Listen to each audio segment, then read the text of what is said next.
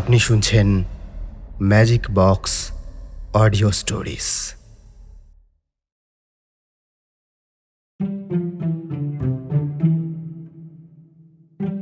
আপনার বয়স কত? 18 হয়েছে? তা যদি হয় তবে স্বচ্ছন্দে এই গল্প শুনতে পারেন, তবে সেই সঙ্গে প্রাপ্ত মনস্ক হওয়া চাই। এই অর্থহীন সময়ে দাঁড়িয়ে যদি আমরা কিছু অর্থ খুঁজি হাসতে হাসতে, ক্ষতি কি? সেই কথা মাথায় রেখেই আমাদের এবারের বিশেষ নিবেদন রাজশেখর বসু অর্থাৎ পরশুরাম রচিত গল্প ষষ্ঠীর কৃপা।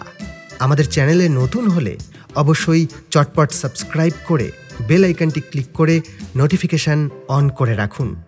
আর গল্পটি কেমন লাগলো কমেন্টে জানাতে ভুলবেন না।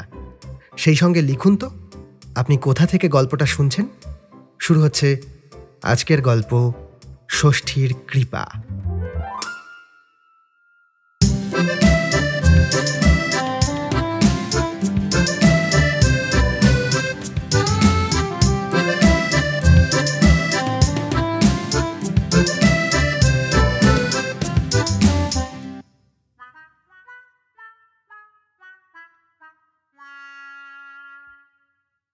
ষষ্ঠী পুজোর পর সুকুমারী তার ছেলেকে পিঁড়ির উপরে রেখে স্বামীকে প্রণাম করে পায়ের ধুলো নিলে।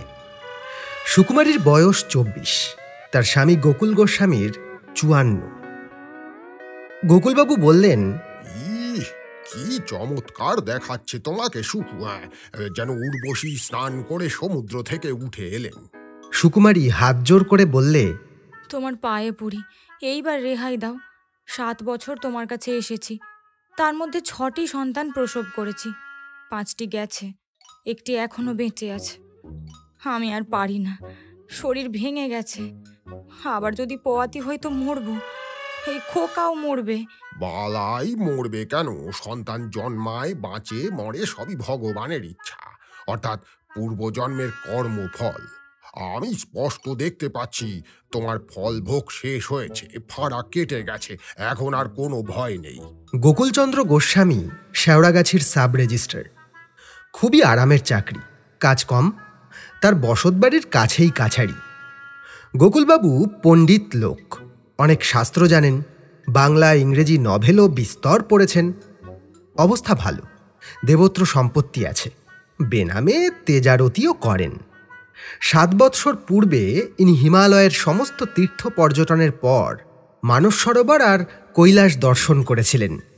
ফিরে এসে ঘোষণা করলেন যে তার জন্মান্তর হয়েছে, আগেকার স্ত্রী পুত্র কন্যার সঙ্গে সম্বন্ধ রাখা চলবে না, নতুন সংসার পাতবেন। তার কোনো বাধা হলো না। অত্যন্ত গরিবের মেয়ে অনাথা সুকুমারী তার ঘরে এলো। প্রথম স্ত্রী কাত্যায়নী 3 ছেলে নিয়ে কলকাতায় তার ভাইয়ের বাড়িতে গিয়ে রইলেন। স্বামীর কাছ থেকে কিছু মাসোহারা পান, তাছাড়া কোনো সম্বন্ধ নেই। 2 মেয়ের বিয়ে আগেই হয়ে গিয়েছিল, তারা শ্বশুরবাড়িতে থাকে। স্বামীর প্রবোধবাক্য শুনে সুকুমারী বললে, মিথ্যে আশ্বাস দিয়ে তুমি আমাকে ভুলিও না। কাগজে পড়েছি জন্ম নিয়ন্ত্রণের উপায় বেরিয়েছে। দিল্লির মন্ত্রীরাও তা ভালো মনে করেন। তুমি এত খবর রাখো এটা জানো না? কলকাতায় গিয়ে মন্ত্রীদের কাছ থেকে শিখে এসো। তারা ছাই জানে। তবে বড় মন্ত্রীকে জিজ্ঞাসা করো, তিনি তো শুনেছি ডাক্তার। আরে পাগল হয়েছ নাকি সুকু? ছি ছি ছি ছি ছি ছি, নিষ্ঠাবান ব্রাহ্মণ বংশের কুলবধূর মুখে এই কথা! অল্প বিদ্যা ভয়ঙ্করী, একটুখানি লেখাপড়া শিখে এই খবরের কাগজ পড়ে এইসব পাপ চিন্তা তোমার মাথায় ঢুকেছে। কৃত্রিম উপায়ে জন্মরোধ করা একটা মহা পাপ, তা জানো? প্রজাবৃদ্ধির জন্য ভগবান স্ত্রী পুরুষ সৃষ্টি করেছেন। গর্ভধারণ হচ্ছে স্ত্রী জাতির বিধি নির্দিষ্ট কর্তব্য। ভগবানের এই বিধানের উপরে হাত চালাতে চাও? শুনেছি আজকাল ঘরে ঘরে চলছে, তাই প্রাণের দায়ে বলছি। আমি মুখ্য মানুষ, কিছুই জানি না, ন্যায় অন্যায়ও বুঝি না, কিন্তু ভগবানের উপর হাত না চালাই কে? ভগবান ল্যাংটা করে পাঠিয়েছিলেন, কাপড় পরছো কেন? দাড়ি কামাও কেন? দাঁত বাঁধিয়েছো কেন? রাধা মাধব, রাধা মাধব, এইসব কথা মুখে এনো না সুকু, জীব খসে যাবে। কই, দিল্লির মন্ত্রীদের তো খসে না? খসবে খসবে, পাপের মাত্রা পূর্ণ হলেই খসবে।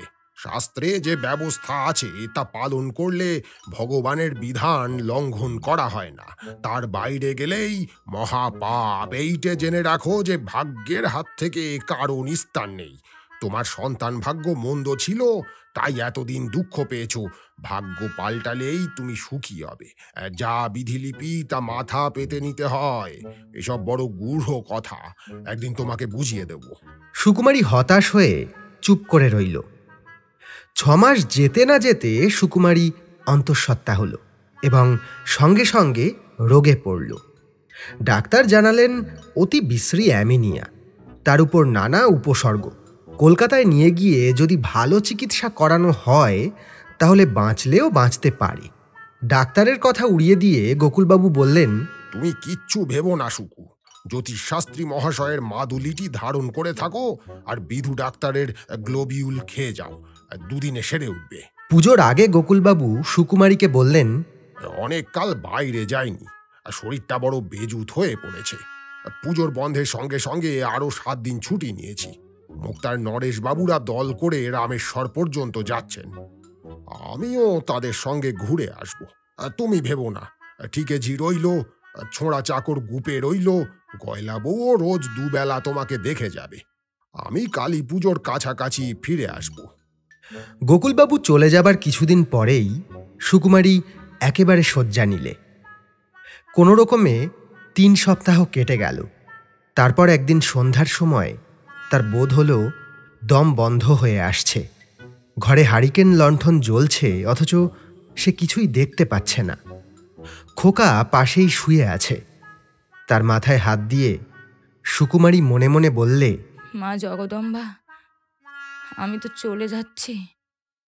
আমার ছেলেটাকে কে দেখবে? হে মা ষষ্ঠী, দয়া করো, আমার খোকাকে রক্ষা করো। সহসা ঘর আলো করে ষষ্ঠীদেবী সুকুমারীর সামনে আবির্ভূত হলেন। মধুর স্বরে প্রশ্ন করলেন, কি চাও বাছা? সুকুমারী বললে, আমার প্রাণ বেরিয়ে যাচ্ছে মা।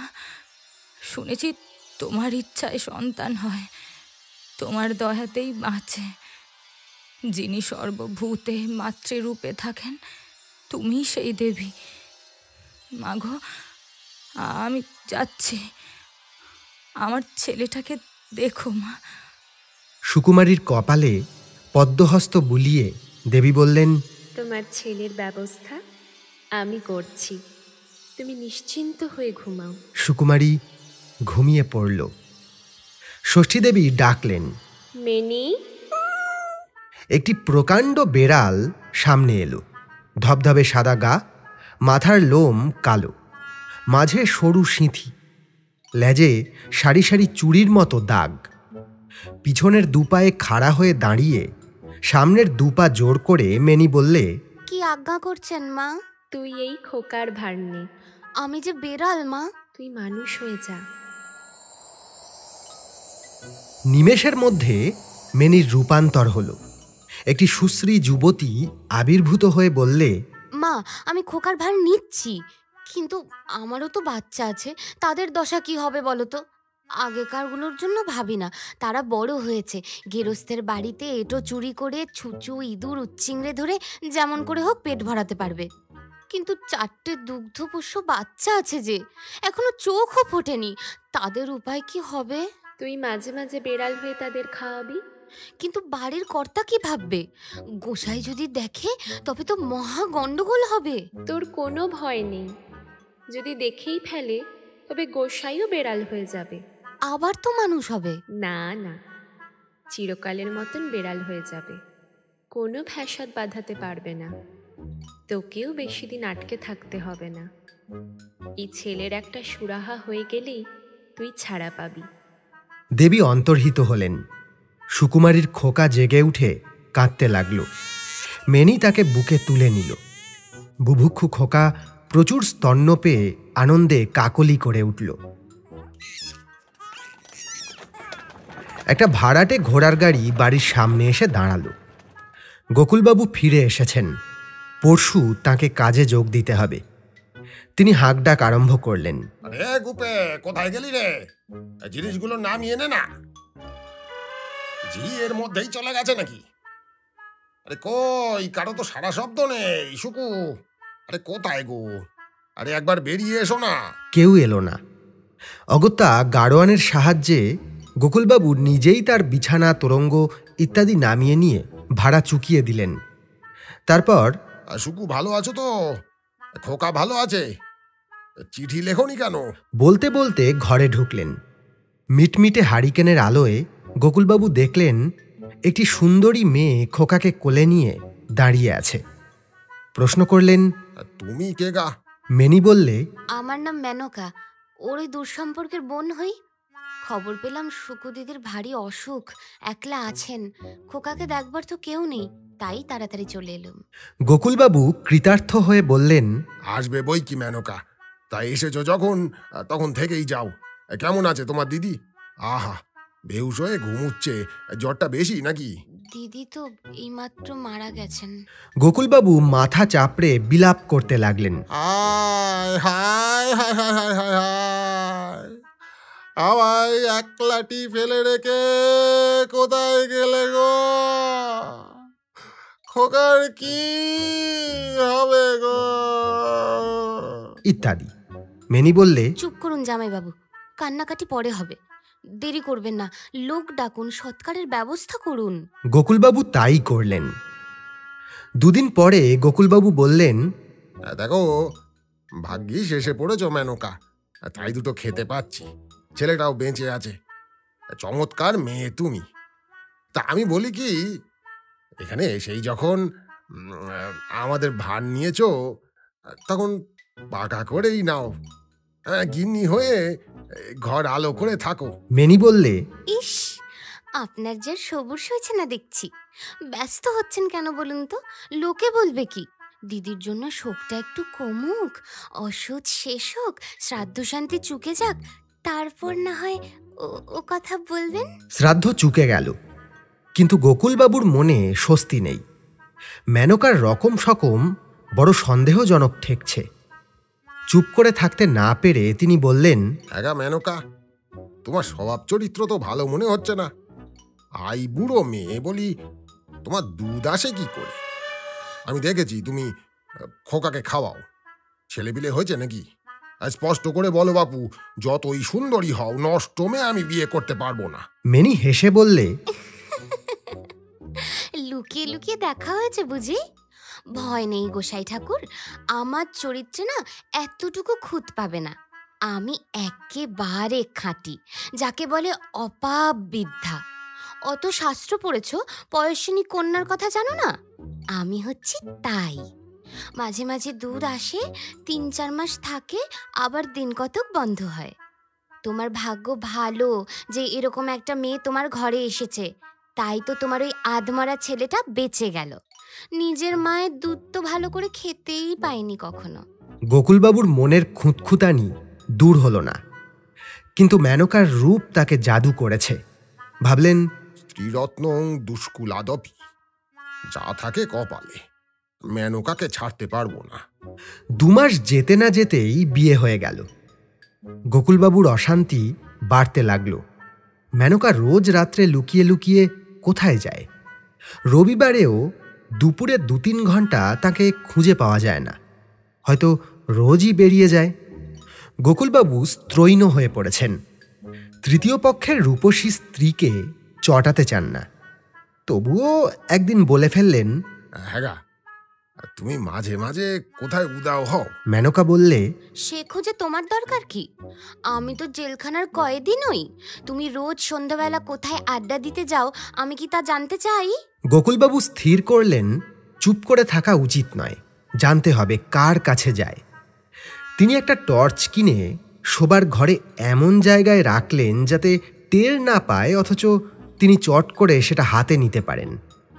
রাত্রে তিনি ঘুমের ভান করে শুয়ে রইলেন। মেনকা দুপুর রাতে বিছানা ছেড়ে উঠে নিঃশব্দে বাইরে গেল। গোকুলবাবুও খালি পায়ে তার পিছু নিলেন। উঠোন পার হয়ে খিড়কির দরজা খুলে মেনকা বাড়ির পিছন দিকের একটা ছোট চালা ঘরে ঢুকল। সেখানে কাঠকয়লা আর ঘুঁটে থাকে। মেনকার পরনে সাদা শাড়ি, সেজন্য অন্ধকারেও তাকে অস্পষ্ট দেখা যাচ্ছিল। কিন্তু চালা ঘরের ভেতরে গিয়ে সে হঠাৎই অদৃশ্য হয়ে গেল। টর্চের আলো ফেলে গোকুলবাবু দেখলেন মেনকা নেই। একটা সাদা বেড়াল শুয়ে আছে, 4টে বাচ্চা তার দুধ খাচ্ছে। চারদিকে আলো ঘুরিয়ে গোকুলবাবু ডাকলেন, মেনকা। মেনি বললে, কেন? চেঁচিও না, আমার বাচ্চারা ভয় পাবে। মেনকার রূপান্তর দেখে গোকুলবাবুর মাথার মধ্যে সব গুলিয়ে গেল। হাত থেকে টর্চ খসে পড়ল, কিন্তু অন্ধকারেও তার দৃষ্টিশক্তি বিশেষ কমল না। তিনি আশ্চর্যও হলেন না, শুধু মর্মাহত হয়ে বললেন, রাধা মাধব, রাধা মাধব, এ ব্রাহ্মণের বাড়িতে জারদ সন্তান। মেনি বলল, আহা, কি আমার ব্রাহ্মণ রে! নিজের মুখটা না হয় দেখতে পাচ্ছ না, পিছনে হাত দিয়ে দেখো না একবার। গোকুলবাবু পিছনে হাত দিয়ে দেখলেন তার একটি প্রমাণ সাইজ ল্যাজ বেরিয়েছে। তাতেও তিনি আশ্চর্য হলেন না, অত্যন্ত রেগে গিয়ে বললেন, এই কুলোটা মাগি, কতগুলো নাগর আছে তোর? অত আমার হিসেব নেই। এক্ষুনি আমার বাড়ি থেকে দূর হয়ে যা। তুমি আমাকে তার আবার কে হে গোসাই? জানো না, আমাদের হলো মাতৃতন্ত্র সমাজ, যাকে বলে ম্যাট্রিয়ার্কি। আমাদের সংসারে মদ্দাদের সর্দারি চলে না। তারা একেবারে উটকো, শুধু ক্ষণিকের সাথে। গোকুলবাবু প্রচণ্ড গর্জন করে মেনিকে কামড়াতে গেলেন। মেনি এক লাফে সরে গিয়ে চেঁচিয়ে ডাকল, উড় যাও। মার্জার ভাষাবিদ শ্রী দীপঙ্কর বসু মহাশয় বলেন, এই রকম শব্দ করে মার্জার জননী তার দূরস্থ সন্তানদের আহ্বান করে। মেনির রুচির বৈচিত্র্য আছে। সে হরেক রকম পতির ঔরসে হরেক রকম অপত্য লাভ করেছে। তার ডাক শুনে নিমেষের মধ্যে সাদা, কালো, পাশুটে, পাটকিলে, ডোরাকাটা প্রভৃতি নানা রঙের বেড়াল ছুটে এসে বললে, কি হয়েছে মা? মেনি বললে, এই বজ্জাত হুলোটাকে দূর করে দে। মেনির 7টা জোয়ান বেটা বাঘের মতো লাফিয়ে হুলোদশাগ্রস্ত গোকুলবাবুকে আক্রমণ করলে। তিনি ক্ষতবিক্ষত হয়ে করুণ রব করে ল্যাংচাতে ল্যাংচাতে পালিয়ে গেলেন। 3 দিন পরে গোকুলচন্দ্র গোস্বামীর প্রথমা পত্নী কাত্যায়নী দেবী এই চিঠি পেলেন। পূজনীয় বরদিদি, আমি আপনার অভাগিনী ছোট বোন, তৃতীয় পক্ষের সতীন মেনকা। কাল রাত্রে গোসাই আমার সঙ্গে ঝগড়া করে বিবাগী হয়ে বাড়ি ছেড়ে চলে গেছেন। যাবার সময় পইতে ছিঁড়ে দিব্যি গেলে বলে গেছেন আর কদাপি ফিরে আসবেন না। তার নাকি সংসারে ঘেন্না ধরে গেছে। তার বিষয় সম্পত্তি দেখা আমার সাধ্য নয়। অতএব আপনি পত্রপাঠ আপনার ছেলেদের নিয়ে এখানে চলে আসুন, নিজের বিষয় দখল করুন। সুকুদিদি একটি ছেলে রেখে গেছেন, এখন তার বয়স 9-10 হবে। খাসা ছেলে, দেখলেই আপনার মায়া হবে। আমি আর এখানে থাকবো না। আপনি এলেই সব ভার আপনাকে দিয়ে আমার মায়ের কাছে চলে যাব। ইতি সেবিকা মেনকা। কাত্যায়নী দেরি করলেন না, তার ছেলেদের নিয়ে স্বামীর ভিটে ফিরে এলেন। সুকুমারীর ছেলেকে আদর করে কোলে নিয়ে বললেন, এ আমারই ছোট খোকা। মেনকা আশ্চর্য মেয়ে, মোটেই লোভ নেই। কাত্যায়নী তার ছোট সতীনের জন্য একটা মাসোহারার ব্যবস্থা করতে চাইলেন, কিন্তু মেনকা বললে, কিছু দরকার নেই দিদি, আমার মায়ের ওখানে কোনো অভাব নেই। রাহা খরচ পর্যন্ত সে নিলে না। চলে যাবার সময় বললে, দিদি আপনি সধবা মানুষ, কর্তার খবর পান আর নাই পান, মাছ অবশ্যই খাবেন, নয়তো তার অমঙ্গল হবে। আর আমার একটি অনুরোধ আছে, একটা বুড়ো হুলো বেড়াল রোজ এ বাড়িতে আসে, তাকে একটু দয়া করবেন। ভাতের সঙ্গে কিছু মাছ খেতে দেবেন, পারেন তো একটু দুধও দেবেন কখনো। আহা, বেচারা একেবারে অথর্ব হয়ে গেছে। তুমি কিচ্ছু ভেবো না বোন, তোমার হুলোকে আমি ঠিক খেতে দেব।